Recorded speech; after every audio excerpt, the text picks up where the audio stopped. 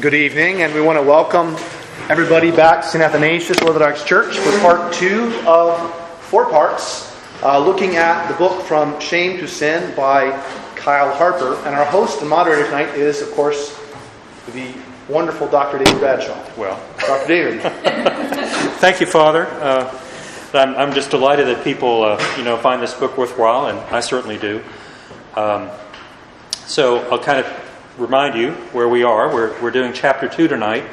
Last week we talked about chapter 1, which was all about the pagan world, pagan sexual ethics, the pervasiveness of prostitution was probably the great glaring fact that he really emphasized. But other things that went with that, things like a kind of inherent inequality within marriage, and that women were typically much younger when they married.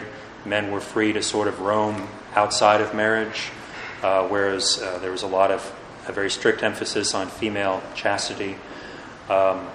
And for women, there were, in a sense, 2 paths open in life. One was that of a chaste, respectable wife. The other was that of a prostitute. So it was a very brutal world in a lot of ways. So chapter 2 is about how the early church responds to this world. And the title of the chapter is The Will and the World.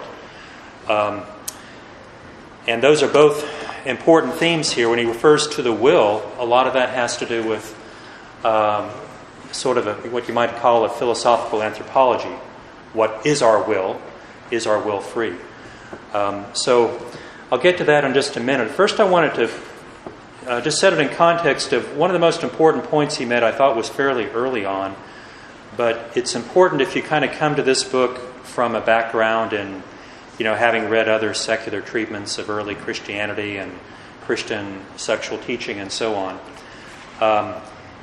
And of course, Harper is a secular scholar himself, but he does say that it's clear to him that the church was not motivated ever in its teaching by 2 things that are often attributed to it. One is a kind of a hatred of the body, a kind of a sort of a Gnostic, a quasi-Gnostic alienation from the body and from matter. He says, no, that's not what you see when you read these early Christian texts.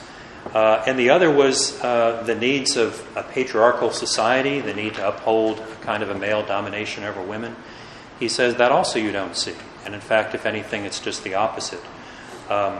What you do see is a great deal of freedom in rejecting wholesale the existing ethos that was based largely in the needs of society, the needs for reproduction, for harmony, and for order and stability in the family, and so on. Well, Christians were willing to, put a lot of things aside that, for the pagan mind, it would have been unthinkable, as we'll get into in a minute. But why they did or how they had that freedom for Harper, he says, what you really have to keep in mind is that they have a different, what he calls moral cosmology, a whole different understanding of our place within the universe and in relation to God. We talked about last time how for the pagans, Eros is a god. And what that means is that his imperatives are undeniable. And you have to accommodate him in some way, and that's why prostitution was thought to be inevitable and a kind of a necessary outlet for that sexual energy. And women had to be very carefully safeguarded, and kind of, the men would keep a close watch on the women because they were very fearful of adultery and infidelity. So in Christianity, Eros is not a god. There's only one God, and what that God demands of us and expects of us is very different from what the pagans had ever conceived. And in fact, what he offers to us, you might say, he offers the possibility of a kind of a face-to-face relationship of mutual love. And so what Harper kind of spells out in this chapter then, I'm going to break it down in 3 points. The first one is the more metaphysical dimension, relating to that moral cosmology. Who are we in a philosophical sense? And that's the teaching on free will. The paganism had a very strong strand of fatalism, both philosophical and popular. You could find this in different forms. Philosophically, the Stoics, who were probably the most dominant school at this time, were determinists. They thought that there is a God. They believed in God, but one of the other names of God is fate, and that God or fate determines everything that we do and everything that happens to us in life. At a more popular level, astrology was extremely popular, and in fact, it's interesting, astrology really wasn't part of the classical Greek world, but it came into vogue during the Hellenistic era and really hit its high point during the first couple of centuries of the Christian era, or first few centuries AD, which is exactly the time we're looking at here. And so it was a widespread belief that the stars you were born under determined your sexual character, including how lecherous you were. And you could imagine this is a convenient excuse in a lot of cases. The stars made me that way. Yeah, the stars made me that way. What can I do? It's all fated. It's all determined.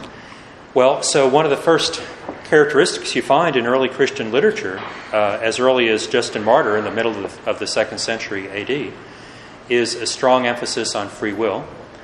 And in fact, what Harper points out, and I found this kind of refreshing, because when you read historians of philosophy, there's some debate about when and how does the idea of free will originate. And you can find things that look like it, at least in, say, Lucretius, who was one of the ancient Epicureans, and in Alexander of Aphrodisias, who was one of the ancient Peripatetics. But I would agree personally with Harper. He just cuts right to the quick, and he says, free will as we understand it was really a Christian invention or discovery. And it's kind of a corollary of the belief that there is a God who holds us personally accountable and who created us in order to freely respond to His love. And given that, the belief in free will just, it becomes obvious in a way that it never was for even the greatest minds of the pagan world. Although they did approach it, you might say, in different ways, but they never really articulated it clearly and simply the way that the early fathers did.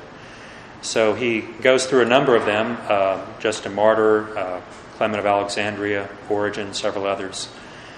He even cites a work I haven't read, and if any of you have, I'd be curious to hear more about it. It's called the Clementine Recognitions.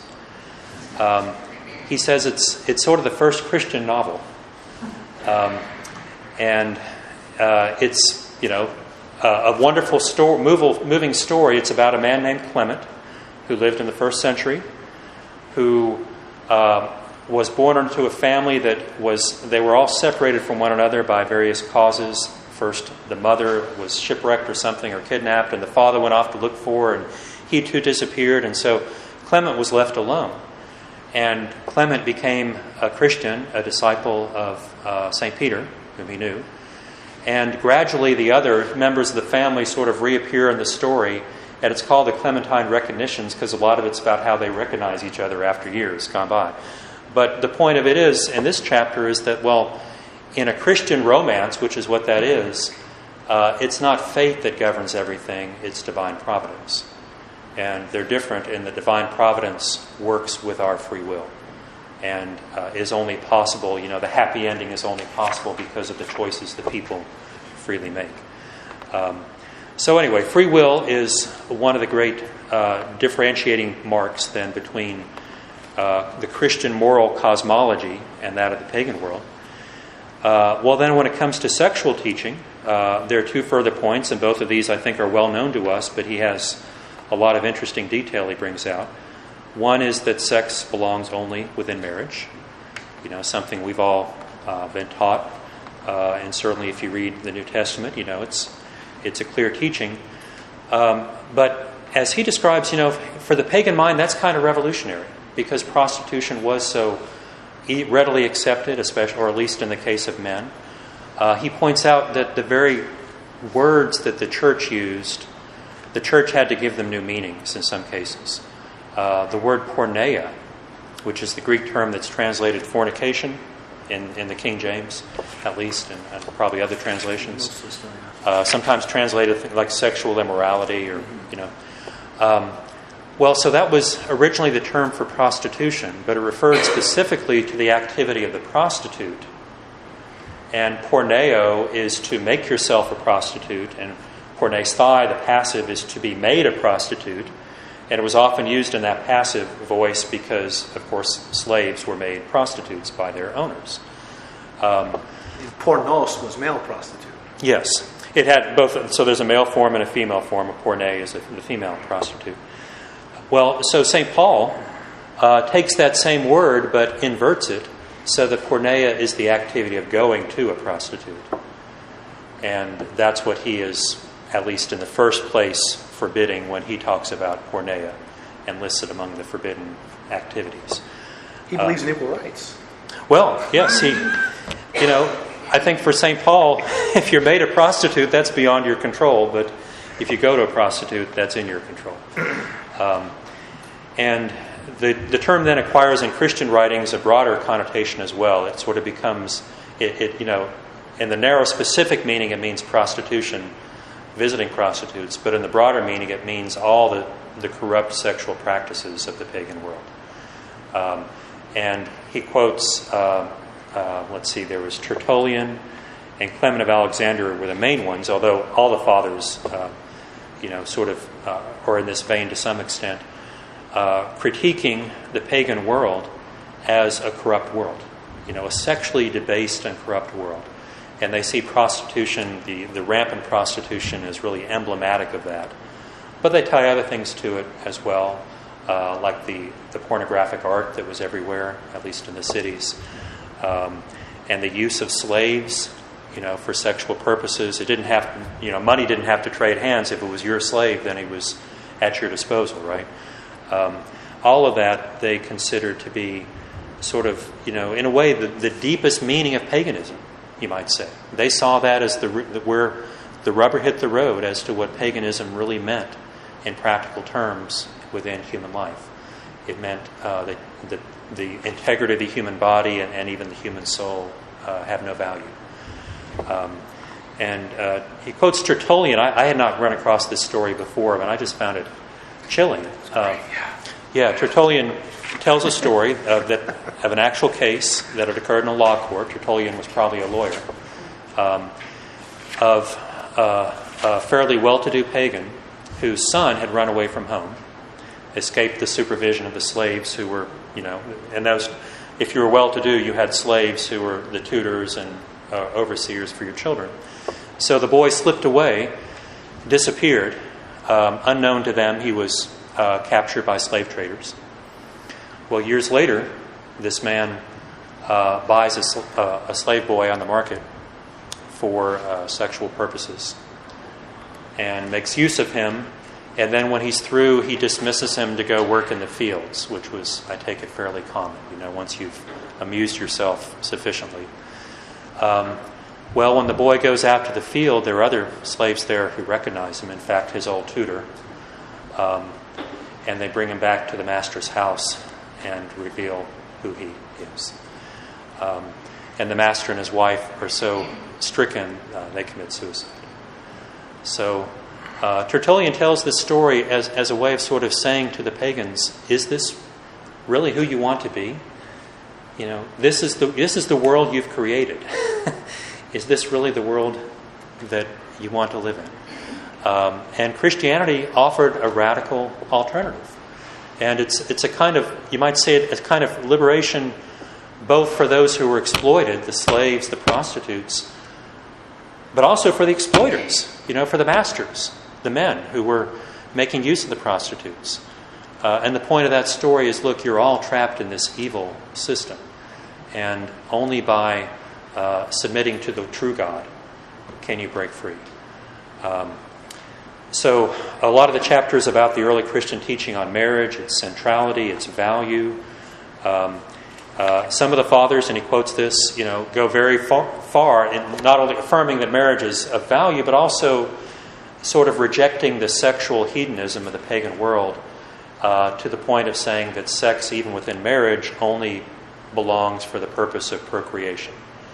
And we may want to come back to that because it's, these are the early centuries, and I think there's a lot that's still being worked out. But Harper does say that, at least in his view, it's sort of 1 Corinthians 7, where St. Paul says that I would that all were as I am, celibate, but it's better to marry than to burn, right? Remember this passage?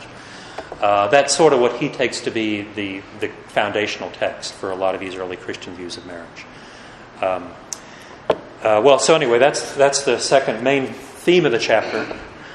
Third main theme, the third way in which the Christian moral cosmos was different from that of paganism, was the view of homosexuality, or same-sex intercourse. And it's purely about the actual act of intercourse. There's not much discussion in these sources of sort of same-sex attraction as a permanent state of personality. What they're concerned with is the act itself. And of course, Romans 1 set the tone for early Christian belief about that. Harper does talk a little bit about the precedents and the sources, as well as the contrast between what St. Paul says in Romans 1 with pagans, even when they were somewhat critical of same-sex intercourse. And I think we got into this a bit last week. When they were critical, it tended largely to be of the male who was the passive partner. That to be passive, to allow yourself to be used in that way, was shameful, fit only for slaves. No freeborn male should ever allow this or would ever allow this. They also tended to reject female-female relationships. And there, you can find, though, and this is a place I think Harper... so what Harper says is that, so St. Paul isn't interested in the passivity aspect of it. He doesn't distinguish the active and the passive partner. He simply says it's against nature. Both male with male, female with female. And he sees it, as you all know from Romans 1, as indicative of the state of the pagan world being alienated from God. That having rejected the Creator that it should have known even from the natural world, and turned toward the creature in idolatry, that it's sort of just a further stage of that. He says God gave them up, right? He gave them up to this evil passion. And so the homosexual intercourse is just a sort of a symptom of the general alienation of the pagan world from God.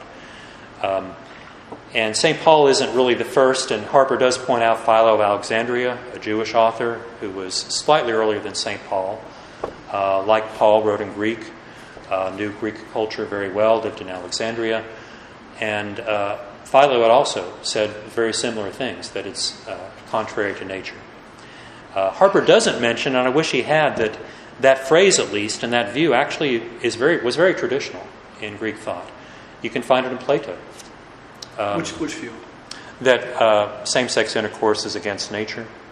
Parathusin. Yeah, and it's confusing, or I think Harper he doesn't do justice to Plato on this, because it is true that in the Symposium and the Phaedrus, if you read it casually, it can look like Plato is celebrating homoerotic relationships. Well, the Symposium is a series of speeches at a drinking party. And no one of those speeches should be assumed to speak for Plato. It's a dramatic work. And a lot of it has to do with the interplay among the different speakers. And as you read it carefully, it turns out that the highest form of love is one in which there's a kind of a pregnancy. Michelle, you know this well, right? The pregnancy of either a body or of soul. Pregnancy of body, of course, is obviously heterosexual intercourse that leads to children. Pregnancy of soul is, he does portray it as the kind of the relationship between an older man and an adolescent male, but it's not carnal, it's not sexual. It's bringing forth beautiful ideas, beautiful practices, virtue within the soul, and it culminates in a kind of a vision of the form of beauty itself.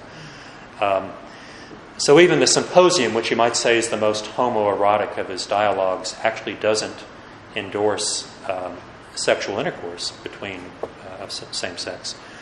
But if you read the Laws, which is one of his later dialogues, is much more explicit about what Plato himself believed. And that's where he actually says, no, it's against nature and it shouldn't be permitted within a healthy state. And Book 8 of the Laws is a fairly lengthy discussion of that. And it wasn't only Plato. The Stoics also at this time in the 1st century AD also had that same teaching. Now, they weren't widely followed, right? It was still pervasive within society. Well, what else is new? I mean, we're talking here about intellectuals versus the culture at large. But even Philo and Paul were not the first, even within that context or that time, to view it as against nature.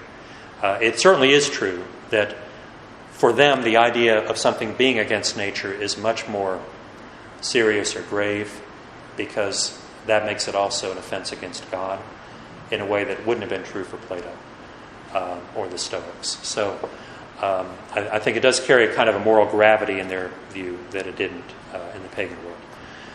But it's all part of seeing nature itself as, you might say, a gift from God, a revelation of God. The basic polarity of male and female is part of God's creation. And so, that's the moral cosmology that's at work here. Well, I've gone on too long, but those are sort of the three main points: the free will, the centrality of marriage, and then the rejection of same-sex relationships that he sees as sort of defining this new moral cosmology. So, thoughts, comments? I have something I thought was interesting that you talked about earlier with the two stories. The first, you said it was maybe the first Christian novel. It was a story that involved recognition, a separation of a family, and then the coming together through the divine providence, and how they're able to recognize one another. And contrast that against the Tertullian. The father doesn't even recognize his own son, which is that's almost unthinkable. That's a representation of how debauched they have become, that parents can't recognize their own children. It's the slaves in the field that are like, hey, this is your son. Wow. So I think that's super important, these stories of recognition. And, if you can't recognize your own flesh and blood, you're definitely doing something wrong, morally speaking. Yeah, it'll be really interesting. I think the 4th chapter is going to be more about, if you will, Christian romance, this genre of the novel, and how Christians made use of it but did change it in light of a different cosmos that you live in now. But yeah, that's a good point. I hadn't really thought about it, that, the act of recognizing another person as a person is sort of what isn't there in the pagan use of people just as, sexual instruments of pleasure. The slaves are invisible. Like he called them in the last chapter, they're movable furniture. It is striking that that's so important for the Christian authors. It almost seems as though there was some type of caste system, it being this formal that you might find in Indian culture. Yeah. Well, it's a very stratified society, yeah.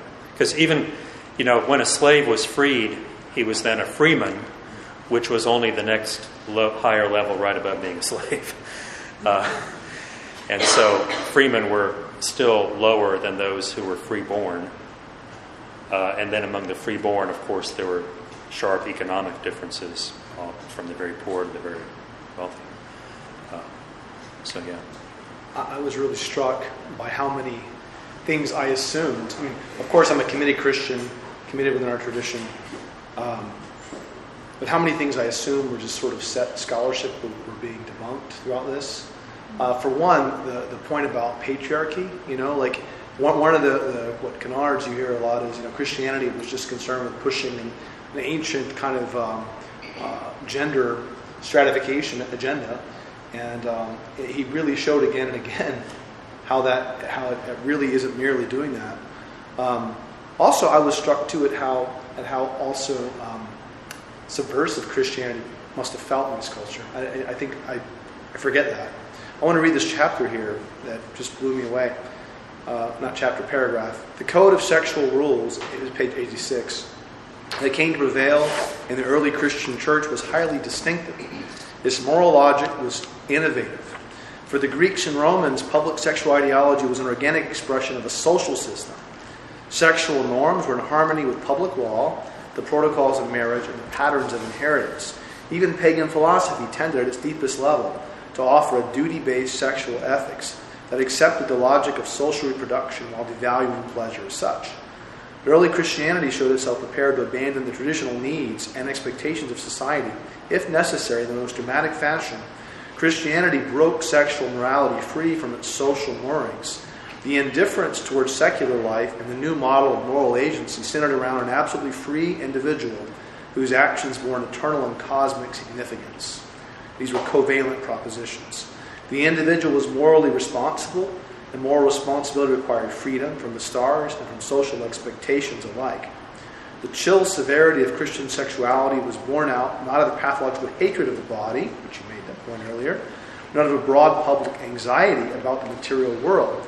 It emerged in an existentially serious culture, propelled to startling conclusions by the remorseless logic of a new moral cosmology. The discovery of the free will was not a circumstantial adjunct of early Christian sexual morality. It was an essential feature, determined by the deep logic of a moral order founded on sin and salvation. Just what a whole new idea. Mm-hmm. Well, I know you've mentioned one of the books I like a lot, Father, by Rodney Stark. I love that book, yeah. The Rise of Christianity. Great book. That's a great book on the whole subject of how Christianity revolutionized the relationship of men and women. Not necessarily setting out to do so, right? What it was setting out to do, and always had in the focus, is to enable people to have a true relationship to God. You know, that's the ultimate purpose for all of us. But in the course of that, you know, it does say that in Christ there is neither Jew nor Greek, male nor female,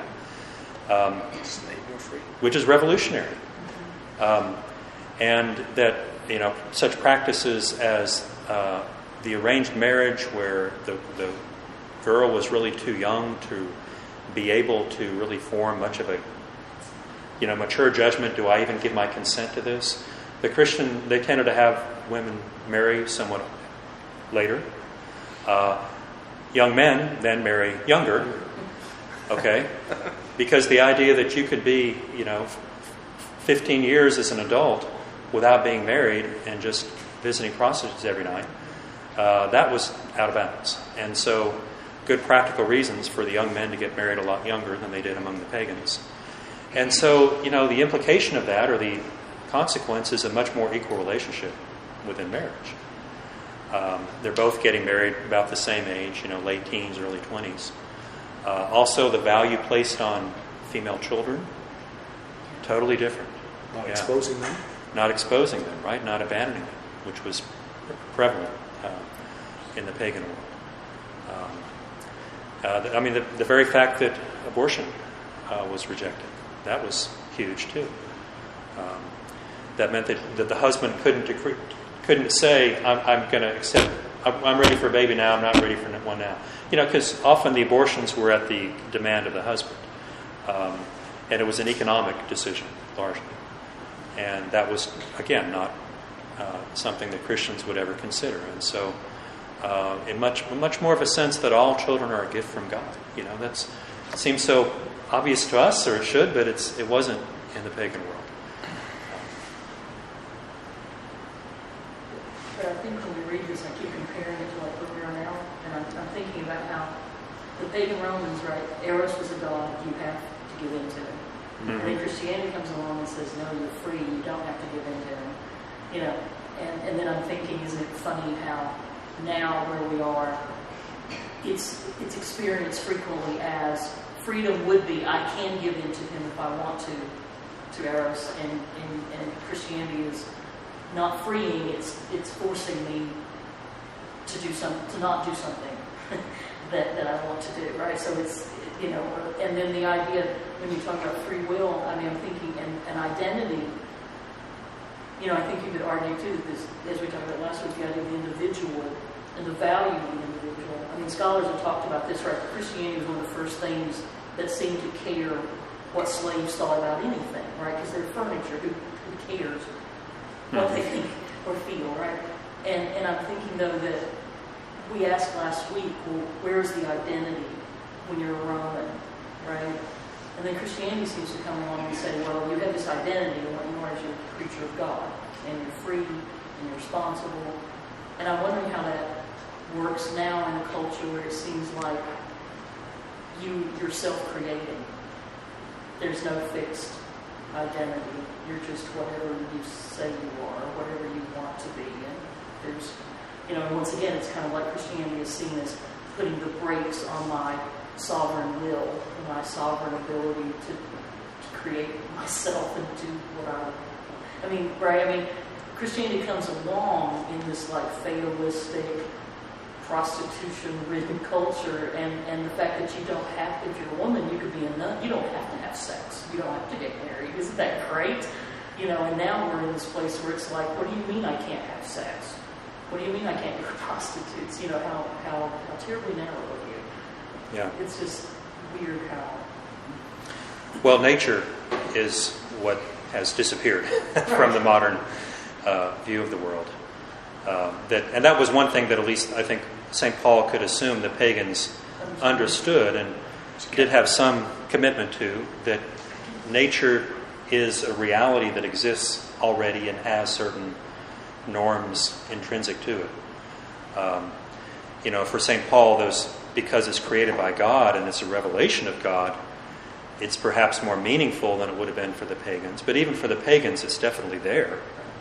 Yeah. And a strange thing, we've managed to kill nature. Would the natural assumptions of that time be that a major function of sexuality is reproduction? Yeah, right. That would have been a major kind of given. What would some other assumptions have been at this time? That was natural law. That's an anachronism, right? That comes about later, right? Or no? No, that was an ancient Aristotle? idea. Particularly the Stoics talked a lot about natural law. What would be assumed under that rubric at the time of St. Paul? Well, natural law... what would have been included in that? Well, so the Stoics taught that one should live according to nature. And what they meant by that, you know, you can look at different Stoic authors, they'd spell it out a little differently, but a lot of it has to do with, well, what is our place as human beings within the cosmos? The very word cosmos is an interesting word. It comes from the same root as our word cosmetics. Kosmeo in Greek is to order and arrange something into a beautiful, harmonious whole. And so the cosmos is a beautiful, harmonious whole. And that's just built into the word. And so for the Stoics, what makes it beautiful and harmonious is the presence within it of the Logos, which, of course, as you know, is a Christian term as well. The Logos, the Word, the divine word or reason that orders, structures all things. And because the Logos permeates the entire cosmos, everything is the way it is for a reason.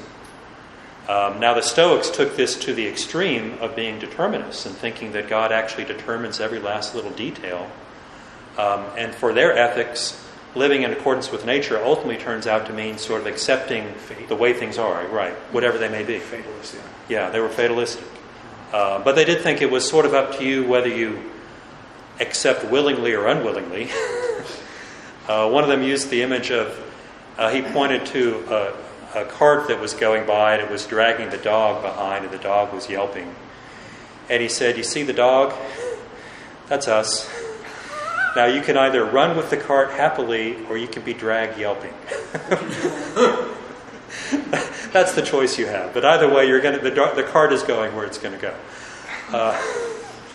So anyway, that was the Stoic view. And so for them, the law of nature has a kind of a fatalistic implication to it. But others like Cicero, you know, he was one of the ones who had the most to say about the idea of natural law. And he was not a pure Stoic. He made use of some Stoic ideas, but he mixed it with other things. He was more eclectic. But for him too, the natural law or law of nature is going to be, what can you look at in nature and see is universal, or at least is part of the way that nature seems to have been ordered in order to work well. And he would have included things like worship of the gods. And this is interesting, for Christians, because for Cicero, worship of the gods, plural, is part of what one naturally would do. It's part of sort of fitting into the cosmos as an ordered whole.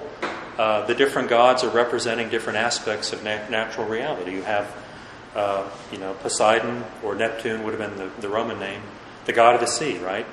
And Zeus or Jupiter, the god of the sky, the ruling god. And Hera, the god of the hearth and the home. That's natural law. Interesting. Well, yeah, and so, you can understand why they saw the Christians as atheists. Yeah, right. Who were undermining the natural order. So that's part of what's implied when, their view is that Eros is a god, and he has his place within nature, and we should respect that. Now, what they infer then, therefore, we need a brothel on every corner. It's fate. It's fate, yes. And it's in accordance to the natural law. What can I do? I can't help it. Now the Stoics, so the Stoics being sort of high and dry in their thinking, they tended to be more critical. It's a paradox about them that although they were fatalists, they were also great critics of a lot that happened in the world around them. And they were the ones who said, no, you should only have sex within marriage, and only then for the purpose of having children. Which is interesting. Because for them, they were sort of the ultimate anti-hedonists as well. They thought that what happiness, what a well-lived human life is, consists simply in virtue. And pleasure doesn't even really figure into it. If anything, pleasure is a distraction. And so they had paradoxes. They were famous for some of their paradoxes, such as the virtuous man is happy on the rack. As they're, turning the crank and torturing him, he's still happy because he's still equally virtuous. It sounds very Christian. Yeah. It's heading that way.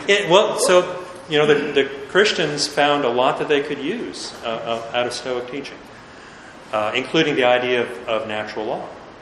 But they gave it a different meaning, of course. I was going to say, I've never thought about Clement's teachings as being this idea of asceticism for the city. Mm-hmm. And that, within he dies around 215, I think. Mm-hmm. Yeah. And then Anthony the Great comes along by 251. So by the end of the century, they're already running to the desert. Mm-hmm. That it's that close there. Yeah. And that this is basically a monastic role for the home. Yeah, right. So if you didn't read it, Harper does have a lot to say about Clement of Alexandria. It's fantastic. Fantastic chapter. Subject. So Clement was verbose, wrote a lot, and a lot of it was precisely as you say about how to live as a Christian in the debauched, decadent city, such as a place like Alexandria, which was a vast metropolis. He meant, Clement could go down to the docks and see the slave ships being unloaded and see the slave girls being auctioned off. And so he was intimately familiar with this on a daily basis. And a lot of his teaching is to say you need to separate yourself from this every possible way. He recommends not going to dinner parties if you can avoid it, except with other Christians. If you do have to go, then don't stay long. Don't drink the wine.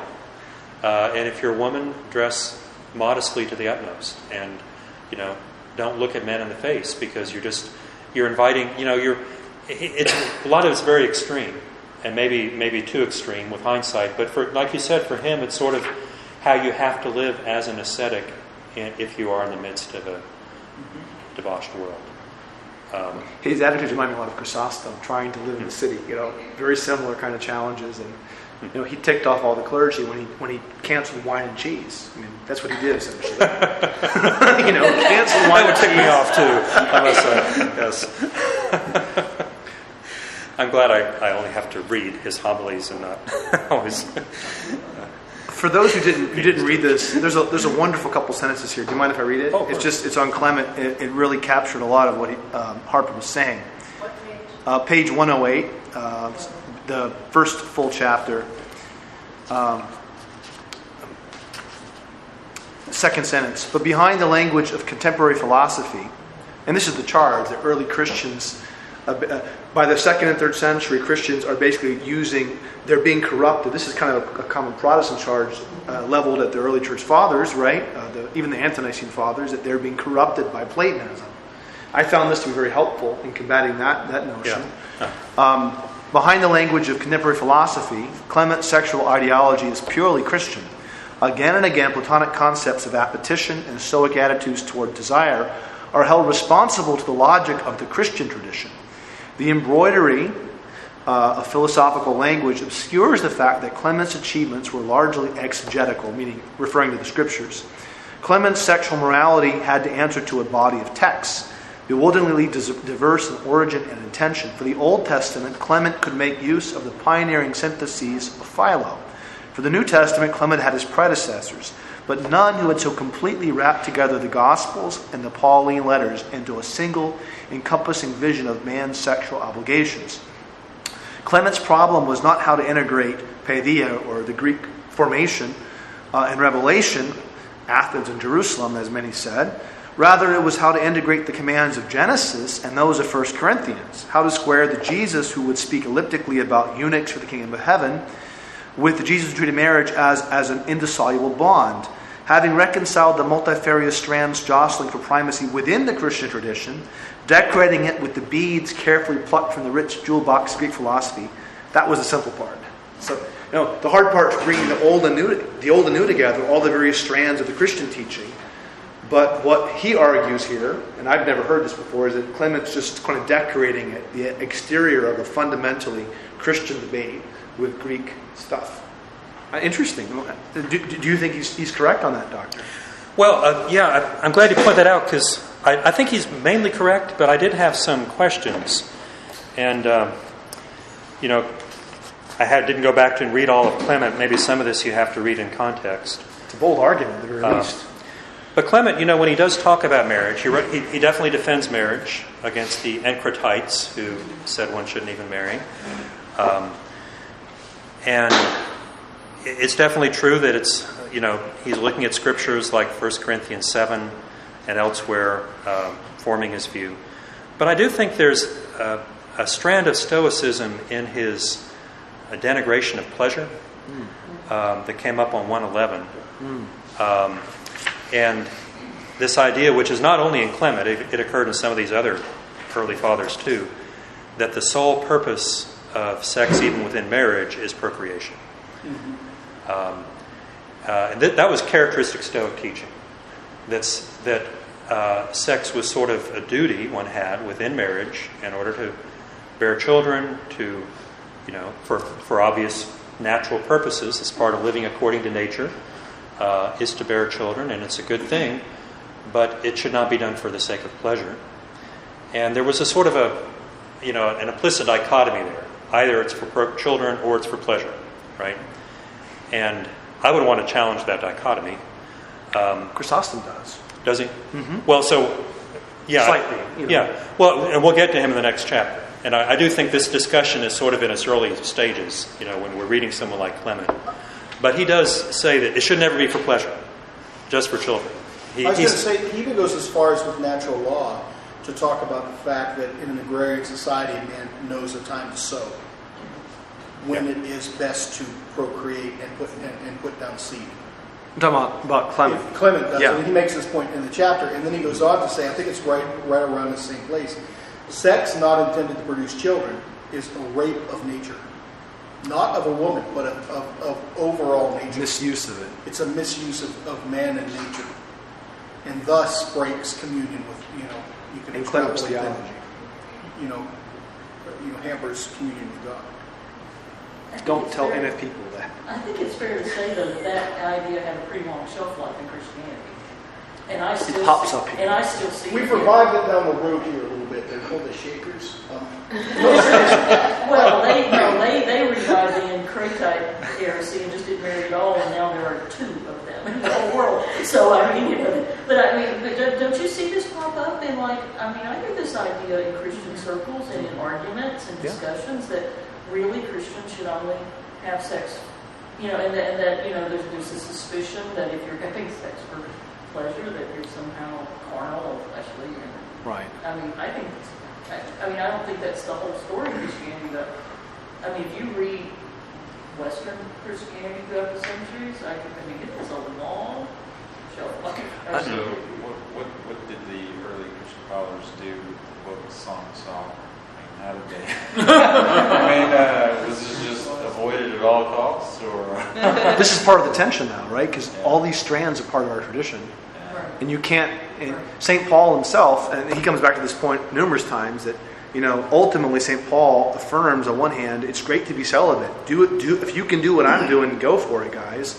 But if you can't, marriage is honorable, it's good, it's blessed by God, etc., etc., etc. So there's even within St. Paul, who is kind of this new, he has this new teaching, fundamentally, there is this tension, and you find that tension through the Church Fathers, absolutely. My impression is, because I'm not well versed enough to know whether this is true or not, but it seems that the church pulled back so much from this culture that they almost did it to a fault to some extent. It became, and then maybe this is the idea of where the culture then started to reject Christianity and say, no, you're restricting me too much. And then now you have what we have today is this tension of secular culture kind of rejecting Christianity because it's not sexual. This idea that you're bearing down on me too much, and that Christianity doesn't truly afford you this idea of freedom.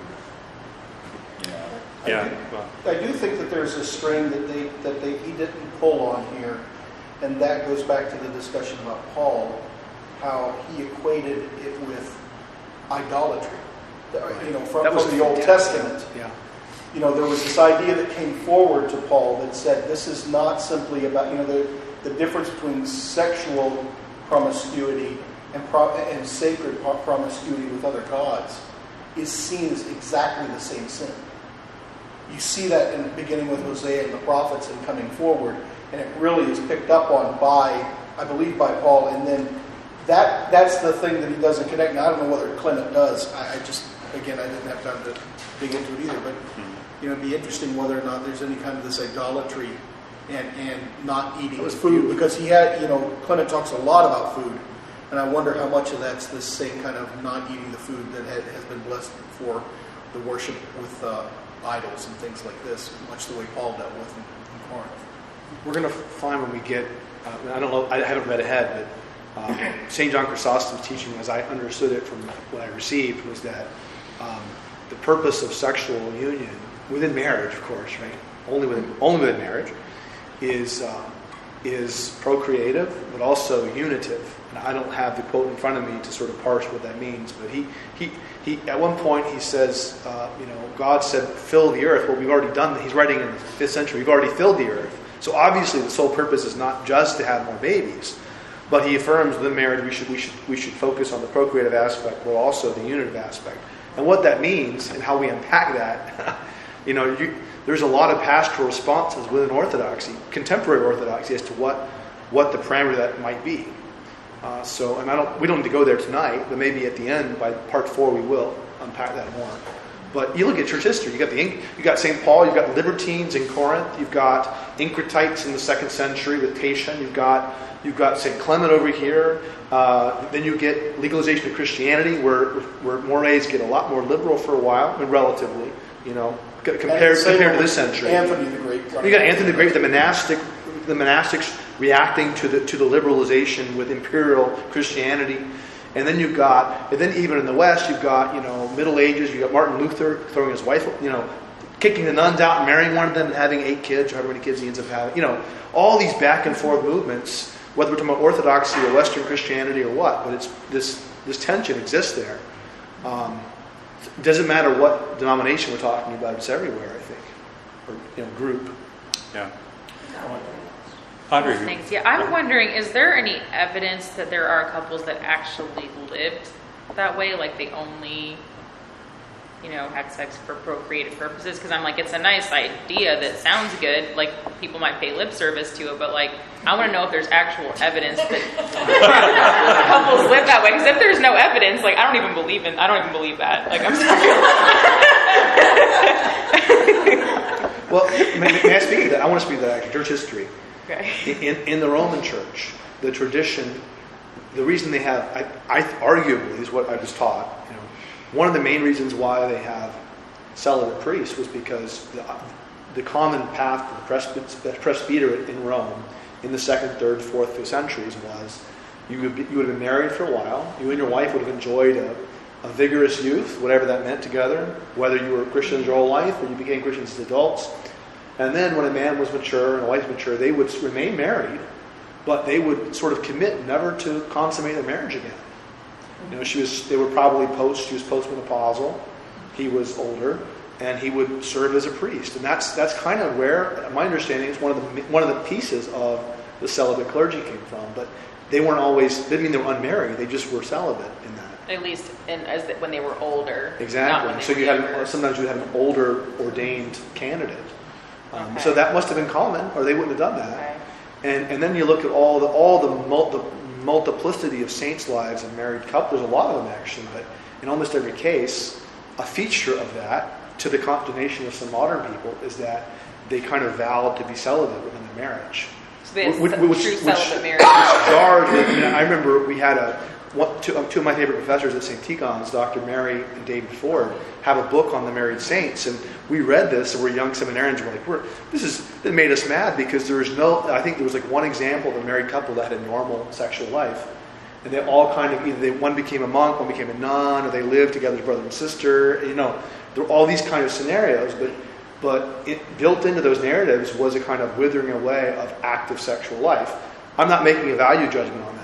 I'm reporting the sources. But that really happened, what you're saying. Okay. It seems to me, yeah, historically. It's still different than only having sex. Like when you're young, yeah. When you're both young, when your wife is capable, when only having sex, that would bring you down to like a couple of days a month. That's right. And then you're getting pregnant every time. Yeah. So. And then not having sex when the wife's pregnant. Yeah. Wow. I'm sorry. You can do the math on this one. It's kind of hopeless. It's kind of despair. But the stories of Abraham and Sarah and Zacharias and Elizabeth come to mind, because then you never know what God's got in mind. That's right. That's kind of funny. Yeah. Joachim and Anna. Yeah, those are beautiful stories in our tradition. Aged lovemaking. And it's like you're rejecting all that. Yeah. Right. Well, that's where, to me, this teaching is more Stoic than it is Christian. And that I disagree with Harper a little bit. I think Clement definitely is drawing some things from the Stoics. I guess I would push back. My sense is about what Clement is saying, and just the world that he's, because there are persecutions that are popping up all over the place. We had in our epistle readings tonight from 1 Peter, where you're supposed to honor the king, or the one who's sent by the king, if he's come to attack those who are evil or to praise those who are good. I mean, there are people that are walking into the city and they're judging, and this culture is supposed to be visibly different. If you have slaves, they're not supposed to be treated this way. And it's such a stark difference that he's trying to say, and even, Polycarp writes back and he said, you want me to do what? Back to, no, it's Pliny the Younger who writes the letter back, and he says, you want me to persecute these Christians, they're my best citizens. And the case that Clement is making right here is that because they're kind of in battle, they have to be the best citizens to point out the glory of the gospel and the proper relationship of God. So this is an evangelical practice. Now, I don't know how much he gets, how much buy-in he gets. But on the other hand, this is a real sense of all in. they all have this, and they're in one accord about this, and to survive. What I think from Clement's moment.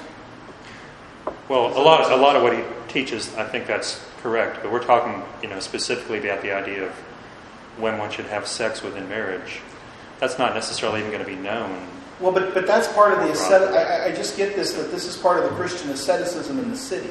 Yeah. He only sees one way of living, and marriage is the weaker one of those two things.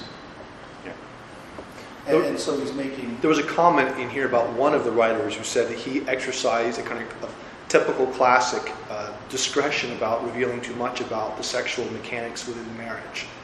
I don't remember who it was, but I thought, I imagine most Christian writers who aren't monks or who aren't maybe like Clement are probably exercising a lot of discretion and living a lot alone. And that's, not to jump the gun, I think we can't help but jump the gun here, because all of this for us, at least for me, is, well, how does this relate to pastoral life now? How does it relate to the church life? You can't help but do that.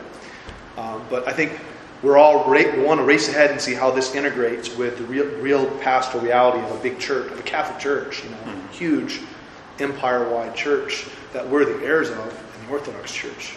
Heirs of both the imperial period, but also this period. And we have to... Well, he does mention that Origen sort of foreshadows what's coming, which is the rise of monasticism. Because Origen, unlike Clement, doesn't say anything about, sex only for procreation and so forth. That was the reference, Origen, right? Yeah. That he's much more, I don't know if you want to say open-minded, but he just doesn't put any emphasis on that in particular, because for him, the real sign and the real sort of visible evidence of Christian separation from the world is virginity. And, Origen famously made himself a eunuch for the sake of the king. For the kingdom of God. So quite literally. He took this very literally. Supposedly. But as Harper sees it, what he's doing is sort of foreshadowing the need in the church for a distinct way of life that is explicitly and openly committed to virginity, precisely as a sort of a counterweight or a countermeasure to the prevalence of the world. Okay, and the fact that the church, after the conversion of Constantine, the church is going to be in the world in a way that it wasn't before, right? And there are going to be a lot of questions that come up. Yeah. It's also kind of an eschatological sign too, right? Because marriage is for this world. Yeah. It's the angelic life. There's no marriage in the kingdom, so yeah. Marriage is good, but it's this. It doesn't carry on later. So. Well, and of course, it's not as if monasticism comes out of nowhere. In the late 3rd century, you have people like St. John, the forerunner, and you even have Elijah in the Old Testament, right, who were the models of that way of life. St. John the Evangelist, the virgin disciple. Yeah, yeah. Did you see on 111 what you said, David, about if you can see the Stoicism where Clement says his problem with pleasure is that it's like beasts. We're rational, right? So, you see that stream throughout Christian thought too, right? Is that one of the issues with sexual desire is that it's an animal desire that's not particularly prone to rational control. And this idea that somehow it's unseemly for a rational creature to give themselves over to such things. Well, I like the model or sort of the analogy that Methodius gave, and this was mentioned at the very beginning of the chapter, where he says that, it's like the sleep of Adam when God pulled the rib from his side. So it submerges you in a kind of a sub-rational state, but that's not always a bad thing. So Methodius, at least, I don't think is so much of a Stoic. Clement, though, it does seem like, yeah. One question. He says here, Harper says, Clement fended off the charge of syncretism by strategically occupying as much of syncretism's ground as possible and appropriating much of its language as his interpretation of Paul, as much as his interpretation of Paul would allow him. His defense of marriage bears utterly no resemblance to the warm ideals of conjugal affection or cheery romantic patriotism of the culture that surrounded him. Are you aware of any church fathers that actually celebrate kind of marriage in the sort of way that way Martin Luther will in the Reformation celebrate? For him, marriage was this warm institution in which love could grow. It was a. Are you aware of church fathers that do this? Besides, I know Chrysostom does a little bit. Are you? Well, that's a good question. I would mainly look at Chrysostom as the main one, and probably people that influenced by him. Okay. There are probably others later. You're not aware of any off the top of your head? Not really. But it was a strong idea in the Roman world, though. This warm hearth idea. Yeah, I think we may be more likely to see that, say, in these Christian romances he's going to discuss later. Okay. It'll be interesting to see what happens. I look forward to that. Yeah. Do you know anything about the development of the rites at this point in time? The marriage rites? Marriage rite or baptism? They're non-existent until the 9th century in Byzantium. Our rite is the latest. The tradition in the early church was you would be civilly married. You'd register, and then you'd be blessed at the cup by the bishop. Maybe you'd get the blessing beforehand, but you'd be blessed. You take communion together, and you were married. And then later on, the rite of crowning began to develop in different places where you get civilly married, and then at the end of liturgy, they place the crown on your heads and declare you take communion together. And then eventually that expanded to include once Byzantium. Eventually, the state, of course, is in the church working closely together, and so that the state commissions the church to basically flesh out the rite and to take over that rite. And so the betrothal becomes the new version. Betrothal, of course, is the ring exchange, right, in Orthodoxy. That becomes the equivalent of the old civil rite. And then the crowning is the ecclesiastical rite, and that's not formalized until the 9th century. Though pieces of it are earlier, but I don't think we have much record of that. There are very few service books extant from that period, pieces of them here and there. Yeah. But I'm aware of nothing. So, yeah. Well, of course, the marriage ceremony itself, as it exists now, is a great example of a celebration or a sort of theologizing of marriage that is way beyond what Clement is very Old Testament doing here. Yeah, it is. Very Song of Solomon-y. Right. That's fun. Sorry. Yeah. Oh, I love that. I love the wedding service. One of my favorites. Blessed with many fair children. I love praying the ones, may they have children around their table, and especially when they're 60 years old. I always find that. I've had the privilege of marrying several couples who are older, and it's always, we all laugh at that moment. The women in utter horror. Yeah, may God bless your many fair children. Audrey, you were going to... Last week you mentioned about how the pagan world had this idea of sexual desire is so unrestrainable that we need to give these men an outlet for it. So when the Christian era begins, what did Christians do with that idea? Did they say, no, we don't really have a sex drive that needs to be, or did they say we have them but we need to control it? Or what did they do with that whole mentality? Well, that we have free will. And therefore, they did adopt some of the Stoic terminology. They use this term presentation. The Greek, I think, is fantasia, if I remember correctly. And so it's what's presented to you as an opportunity or sort of an invitation to action of some kind. And even the Stoics, although they were determinists sort of in the big sense, they did have a lot to say at the psychological level of how you can say no to those presentations. And so Clement and Origen adapt that.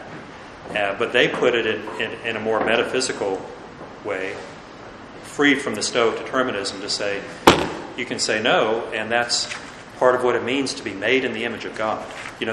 That's a key aspect of the belief in free will that Harper doesn't bring out. But for the fathers, it's part of what it means to be made in the image of God, is that as God is free, so we are free. And He has made us that way to be able to respond to Him freely. So there is a different theology that's at the root of it altogether. So you mentioned this last time. This was a question that I had as you were talking earlier about free will.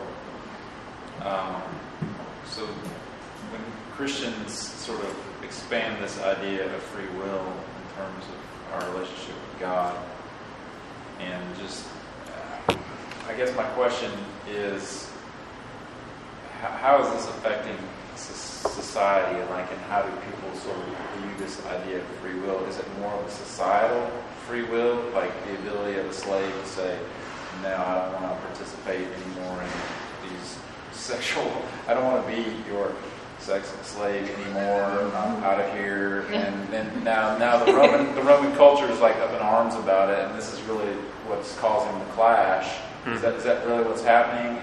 Is it more societal and less like ideological?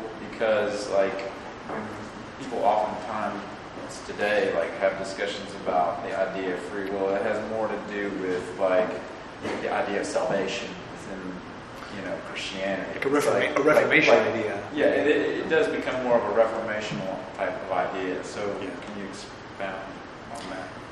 Yeah, well, it's a good question as to how what the practical implications are, say, for slaves. I do know that St. Basil, in his Moralia, there's a very interesting passage where he quotes what St. Paul says about slaves: obey your masters. And he emphasizes that, but he says there's one exception if the master commands you to do something that is against the law of God. And then you have to obey God and not man.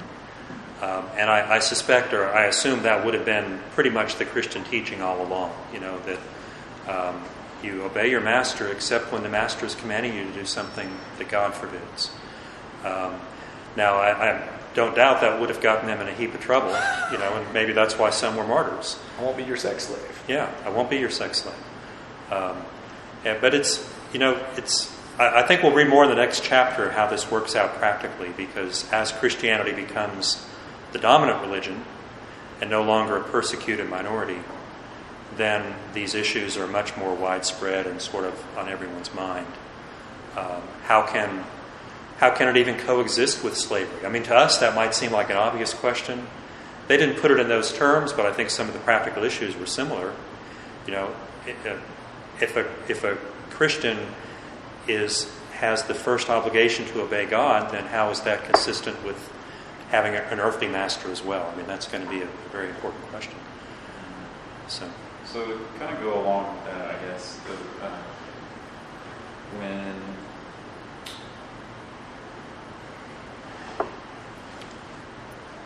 there's a passage in Scripture where the woman is caught in adultery, and the teachers of the law, bring her before Jesus, and then they have this whole dialogue back and forth. And so you said at one point earlier about some people were participating in sexual acts because they were basically forced to, in the sense of slavery. Maybe this was not necessarily the case in this instance, where the teachers bring this woman, but could it have been the situation where maybe she wasn't consensual, and they know it, and yet they're just using her? Maybe we don't know this, but I'm just saying, is this a possibility? Well, we know more about her than we do about many others, right? Because it turns out she had 5 husbands and all that. I'm sorry, that's a different one. I'm sorry. Yeah, I don't know. I do know that he'll talk later about the prostitutes who became saints, like St. Mary of Egypt and St. Pelagia. Voluntary.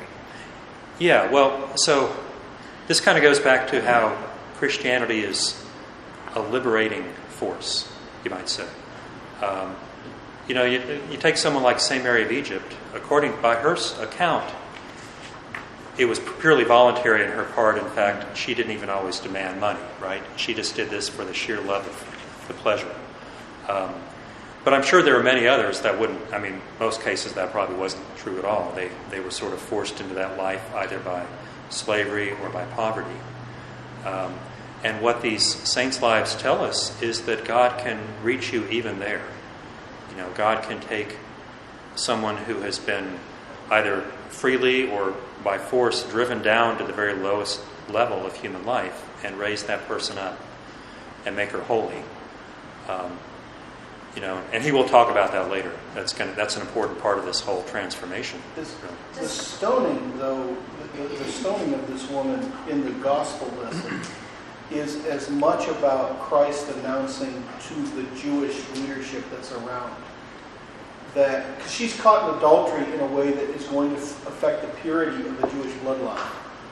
It's going to somehow take on this whole idea of the people of God and erode it. And that's why she's being killed. And I think that he even talks about this in this passage, in this chapter, that there's this whole sense of what will take them away. And so when someone's caught in a sexual situation like this, the answer is you just take them out of the community, because the community for the Jews are more important than otherwise. So that dynamic is going on there. But Christ is announcing at this point that the people of Israel are not going to be about that. And it's the beginning of this message that we're going to see come to fruition in these prostitute saints, or even in Mary Magdalene, coming through, but Mary of Egypt. The other question about the slave, I kept thinking back about omniscience and how there's this pleading for him to be taken right, and we know that he's given a letter. Paul's pleading to Philemon to treat him nice, and he's given a letter. He becomes a bishop later on in the church. So we have a very, a scriptural moment that in the first century where a slave is freed, and all of a sudden a slave becomes a bishop in the church. And he doesn't touch on this, but this is and he made in his other book on slavery, and that it would be really interesting to read, because he has a previous book on slavery. But there's this whole idea that there's real effort to take people out of classes and even completely change it around. Perhaps that's a good image for free will, like Onesimus becoming a bishop. Okay. So he doesn't bring it out in his book, but I think it's clear in Scripture and what we know in the first century what happens. But the rest of the story for Paul Harper. What about the implications on the community of one person's morality? Like, you use prostitution, that's often not a choice that women make freely. They're forced into it by circumstances. Does a prohibition against it give the community the responsibility to see to it that a woman or a person isn't driven to that state by the society around them? Like, is there a responsibility of the community to keep them out of that? I mean, I would say yes. No. I mean, of course, he's not discussing Christian charity and charitable works, but that was a big part of the whole Christian movement as well. And Julian the Apostate, famously complained about this. Yeah.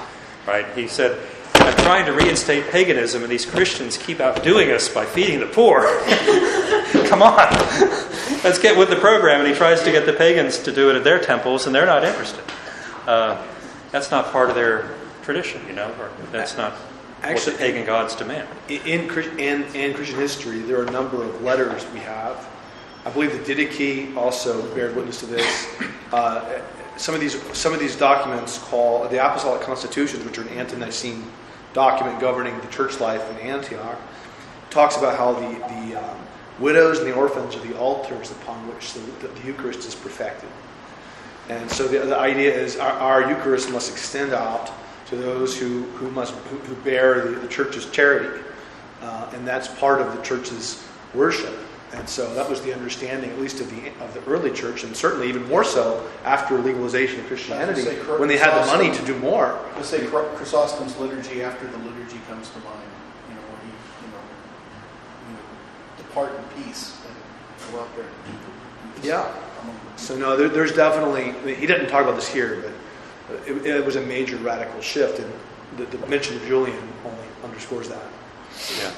He started his own charities, I think, to compete with the Christians. He tried, yeah. Fortunately, the United Way of the ancient world. Speaking of divine providence, I think the Persians took care of Julian for us. So. Father, when you talk about our marriage right being late, right, and it's kind of standard when you got married according to the law, land, and then right, you go to church. Civil marriage, civil marriage. We know get this thing in the New Testament, right, about that ideally Christians are only married once. I mean, that's the standard, right? So, do you know historically, what did the church do? For instance, say somebody converted to the church as an adult, right? And they had already been married 3 or 4 times civilly because divorce was very... Right. But none of those ever blessed by the church because they weren't Christians when they did it. Right. Do you know what the churches... Was there any process for dealing with that, or did they just assume, well, you weren't a Christian, now you are, so now this is the only marriage you can have from here on out? No, my understanding was, I don't know what happened if someone married 4 or 5 times, but my understanding was the church would view any marriages that were constituted properly as marriages. Okay. This idea that is pretty common now in the Greek tradition, that marriage only counts after you're baptized, is not a normative idea. But they didn't refuse to baptize these people who've been multiply married, is my point, right? No, they would not refuse. They could baptize them, sure. And they wouldn't demand that they leave the wife or husband, or did you know? You know, it might have been circumstantial too. I don't know off the top of my head. Because I've noticed that within the church too, that depending on which jurisdiction you belong to, right. For instance, forget even being Christian full stop, but even being Orthodox, right? That sometimes anything that happened prior to Orthodoxy is kind of seen off the couch. That idea is foreign to at least the Slavic tradition. Yeah. And I think we're actually the older practice on that. Yeah. The Greeks have the idea that once you're baptized, all that counts is once you're baptized. We don't have that idea. Or once you're Orthodox. Or maybe once you're Orthodox. No, but we don't have that idea, at least in the OCA and the Russian church. Because that even falls into like... That's why we don't recrown. You know, in some churches, you become baptized, you get baptized Orthodox, then you have to be recrowned. Right.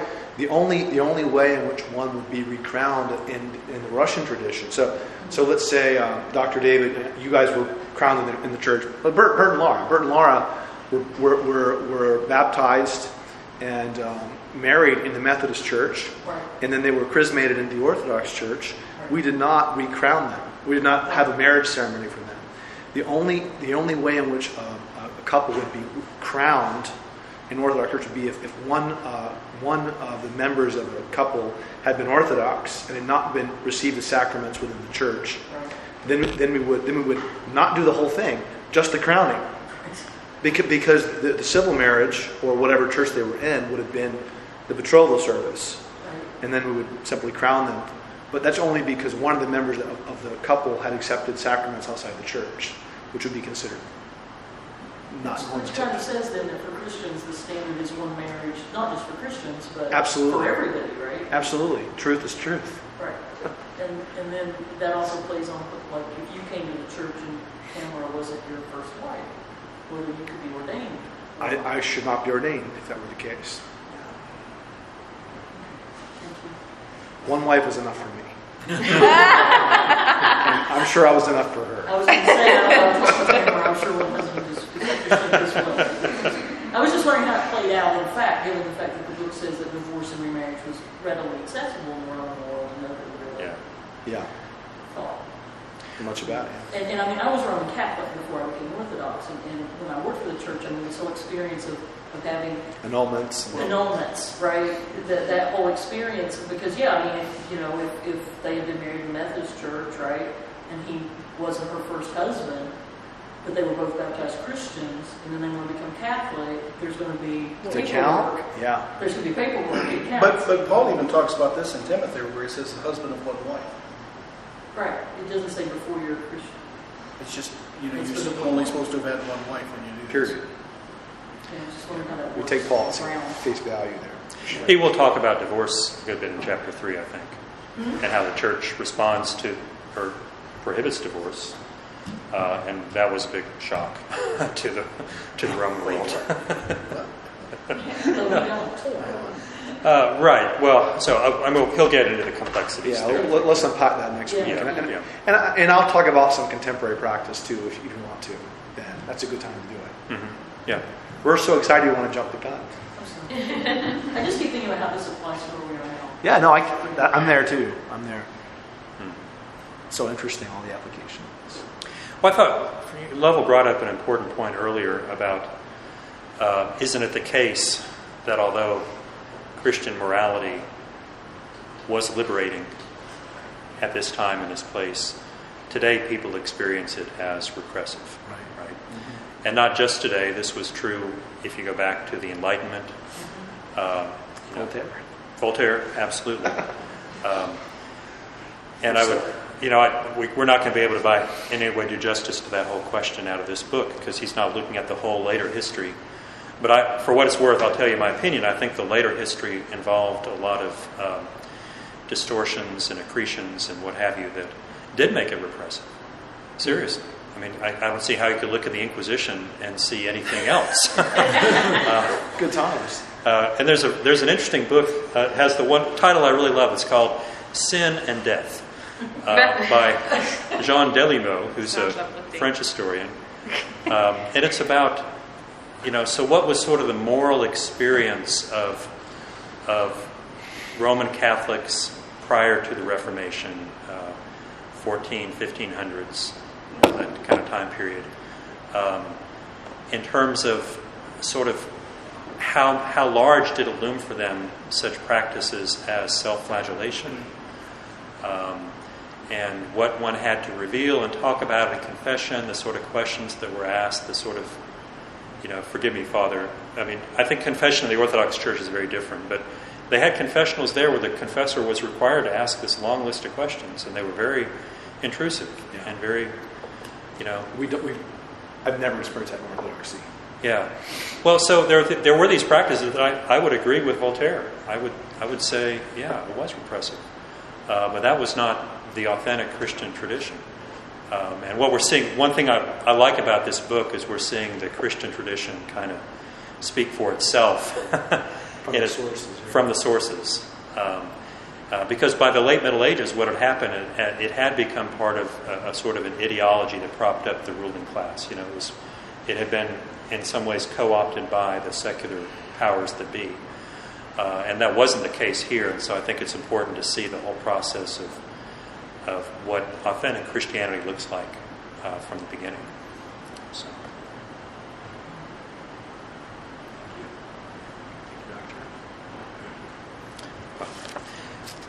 Maybe we ought to stop. Let's stop now, and we can sing the hymn of the night. It is truly me. Ah, yes. Very appropriate.